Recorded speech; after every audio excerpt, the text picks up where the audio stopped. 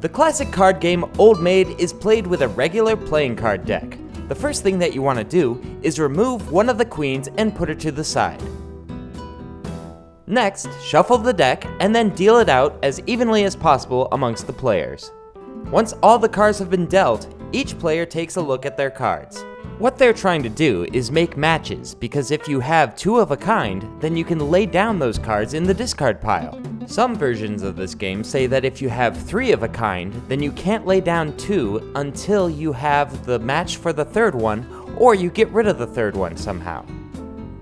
Once all the players have found all their matches, the game can begin. For the first turn, the dealer holds out his cards face down, and the player to his left draws one. That player takes that new card and puts it in his hand, and looks to see if that makes a match.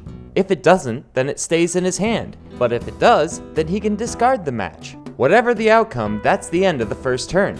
The player who just drew holds out his cards to the next player, and the game continues around the circle. Now, the goal of the game is to get rid of all your cards, so you want to go out as soon as possible. And this can be done a couple ways. One way is to find the match to your last card. That way you discard the cards and you're out of the game. The other way to go out is to find the match to your second to last card, leaving you with only one card for the player to your left to draw from. Once they draw from your hand, you have no more cards and you're out of the game.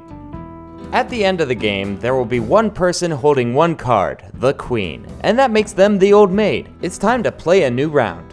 Or, if you're feeling adventurous, try the Philippine version.